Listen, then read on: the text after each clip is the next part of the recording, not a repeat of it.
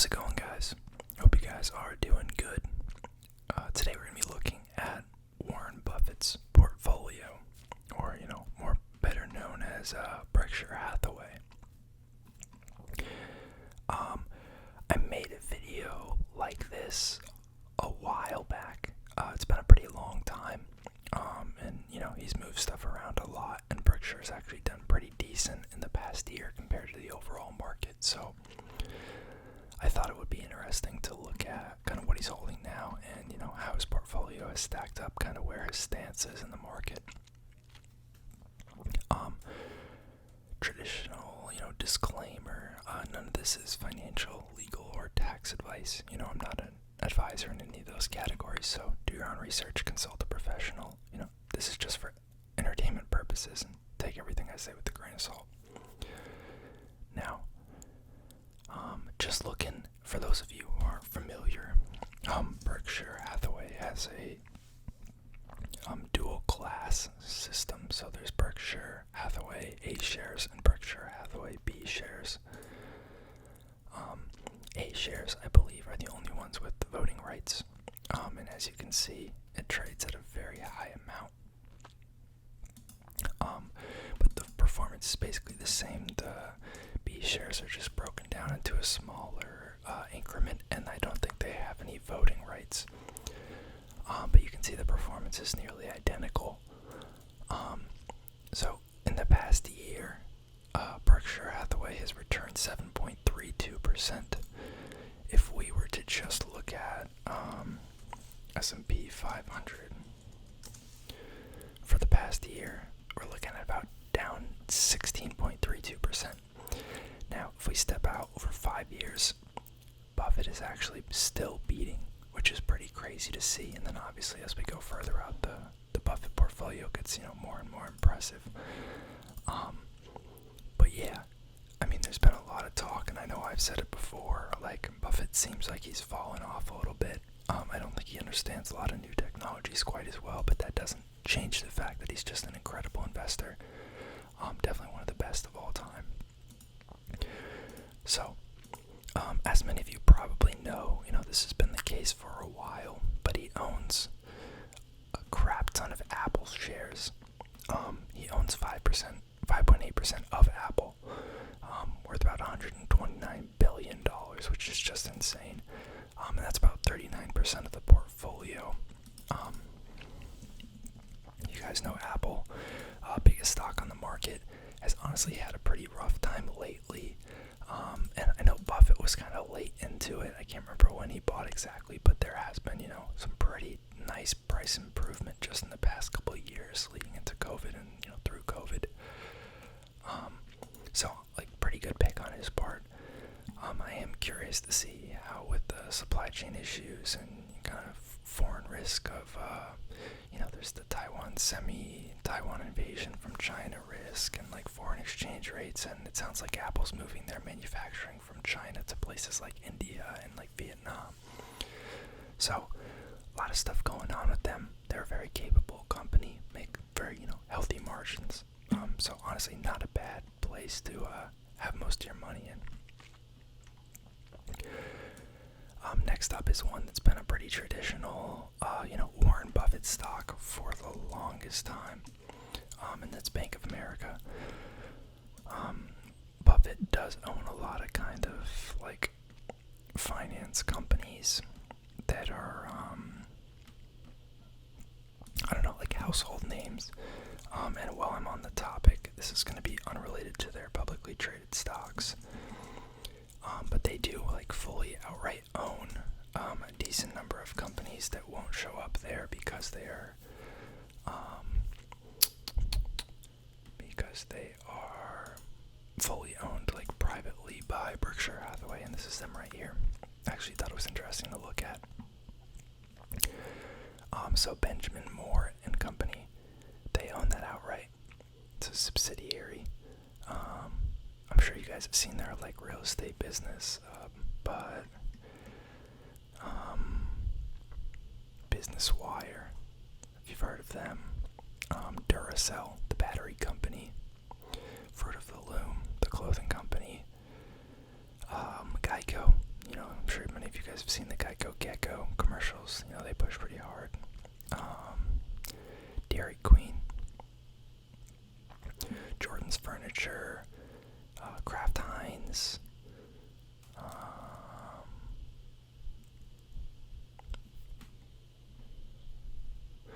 Oriental Trading Company, and Pampered Chef. Those are two that I've heard of.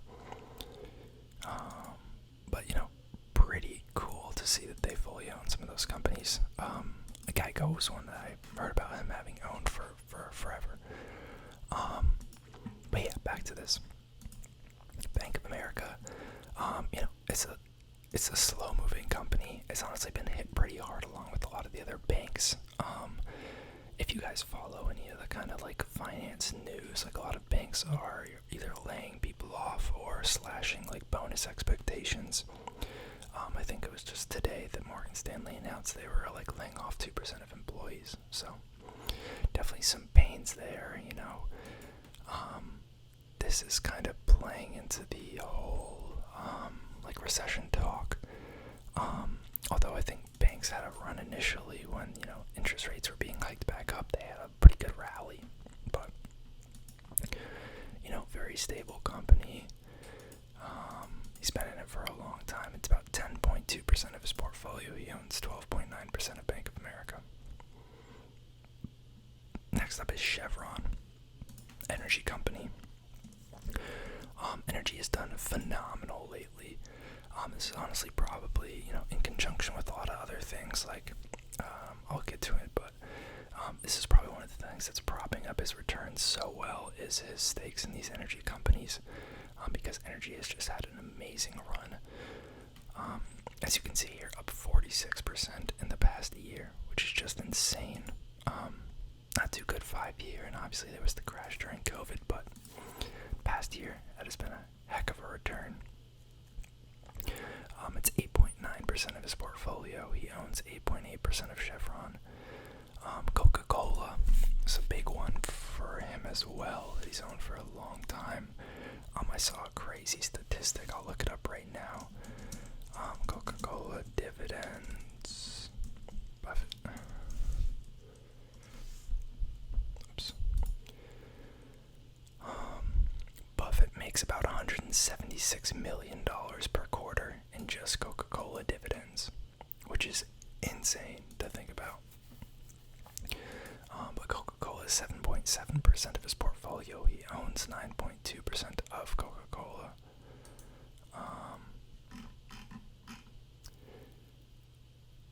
Yeah. So, I don't need to explain what Coca-Cola is, but pretty basic consumer, staple. Very similar to PepsiCo. Yeah. I don't know. The food ones are tough. I don't really know how, I don't really know what the expectation is with them. They're in some ways resilient because they're, people are going to eat food no matter what.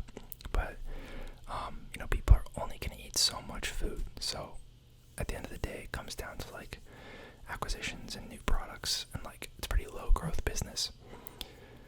And, I think, I don't know.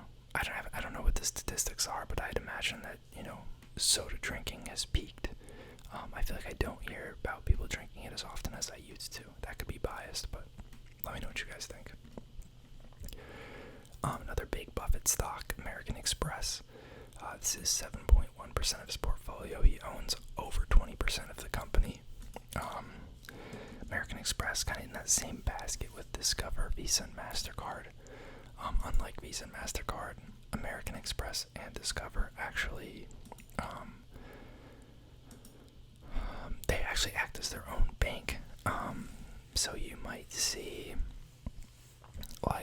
Visa and MasterCard partnering with certain banks for cards. That's because Visa and MasterCard don't actually hold any of the lending liability. They make money solely off of the transaction volume. But American Express and Discover are a little different in the sense of they also back a lot of their own loans, and credit cards and such. They're the issuing bank as well, I think. That's how you would phrase it. They have not done too hot, but just credit card companies companies in general have had a pretty decent run over the past couple of years with the increase in digital purchases and shift to online. So, pretty classic company.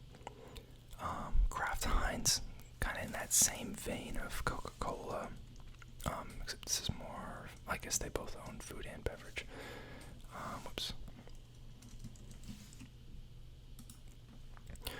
I don't follow these type of stocks too often. Wow, that is tough. I wonder if they had some sort of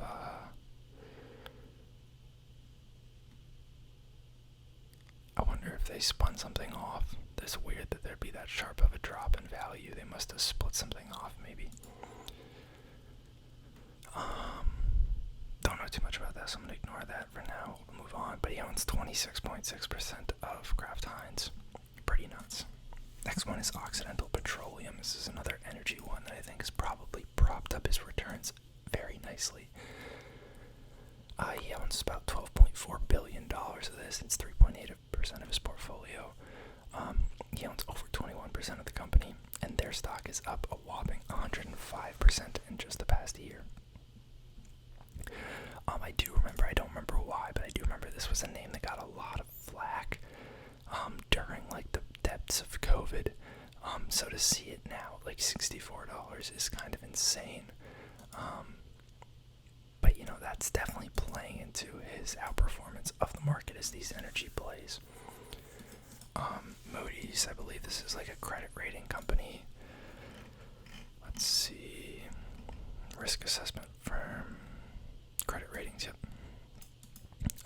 And assessments related to debt servicing. Yeah, so again, I don't know too much about the like nitty-gritty finance companies. But not doing too hot in the past year. So Taiwan Semiconductor, I did see an article. I think this is a newer pickup for him, and this is a stock I actually really used to like before. I guess the past year, my like interest in it and like has kind of waned a little bit. I was in it at like in the low 50s, and I rode it all the way up. At one point, I think it peaked at like $130. I think I sold out before then, and then maybe bought back in on the way down.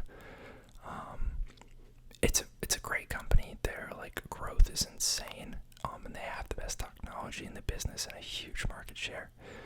For me, it was just like supply chain risks, as well as the whole China-Taiwan conflict made me a little scared. But I guess the fact that Buffett is owning it, should give some peace of mind, I guess, to people. But that's 1.4% of his portfolio. I'm gonna go down until we get to the 0.5% mark, and then I'll probably stop there because the other holdings are just so small. Next up we have Boyd Gaming. I actually have never heard of this. Yeah, I guess it's a gambling company, maybe. Let's skip that. Activision. Interesting that he owns this, considering I don't think he owned it before the news of the acquisition. I can't remember if he bought it afterwards or not, but maybe he's just trying to play a little bit of price creep as the acquisition date nears, because I think there's always a little bit of risk priced in that the deal's not going to go close. So even if they announce the acquisition price at a certain dollar amount, sometimes the stock will trade a little below that up until it gets closer and it gets confirmed. So we might just be trying to capture that gain, or maybe he thinks something else that we don't know about. HP, personal computers, had a little bump during COVID, went from about low teens, mid-teens, all the way up into the 30s, and now we're back in high 20s. But I don't really know too much about their business in relationship to kind of the overall laptop business, but I think their reputation is kind of for these like lower end laptops or just simple like work machines for like the corporate world. Don't know what this one is either.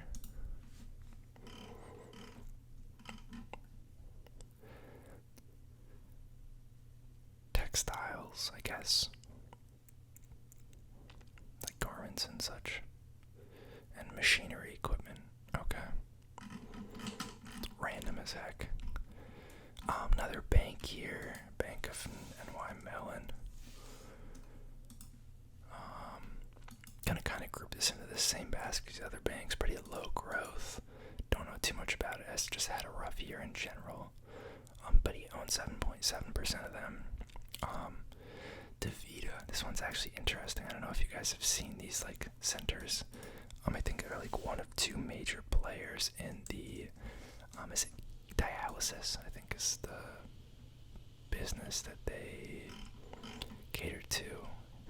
Yeah, dialysis services for patients suffering from chronic kidney failure.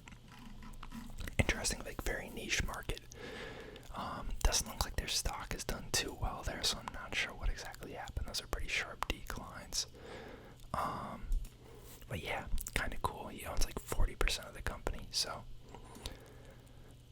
Next up is VeriSign. I want to say this is a internet-related company. Yeah, domain registry and internet infrastructure. Yeah. I'm gonna assume they're kind of like a competitor to like Google Domains. Do a lot of like back-end web hosting and such, from what I would guess. But he owns 12% of them. We got another bank here, Citigroup. Let's see how they're doing. Pretty high yield, but pretty crappy performance, honestly. I'm kind of curious why he owns all these banks still. Is it just for the stability and the dividends, or what? Because there's literally like negative growth on every single one of them over like years. Next up, we got Kroger. He owns 7% of them. They don't have these around me, but grocery store brand. Decently flat in the past year. I'm actually surprised at the increase over the past 5 years, but grocery stores are a hard business, I feel like, because you're operating on such a low margin. Usually it's like high volume, but you're just making a couple percentage point spreads. I think Walmart is a similar deal. And that's why these companies have issues with like growth and what do you call it? Like valuation. Like a company like Visa or MasterCard is so much more valuable than like a Walmart to most people, because margins, growth story, like growth potential. But yeah. Yet another bank. We got US Bancorp. Down 25%. What a surprise, but decent yield. I don't know what the heck happened. Is that just from COVID? Because that's crazy. Not gonna say anything more on the banks. General Motors, I don't really know enough about them to speak on them. So I'm gonna skip them. Liberty Media, I've never heard of this one. What's the ticker? LSXMK. Was this Sirius XM? Interesting. I'm actually surprised that it's not down further. I feel like Sirius just has no customers anymore, but I'm definitely biased to that. Like, no one I know has Sirius anymore. It was like a thing like 5, 7, 8 years ago.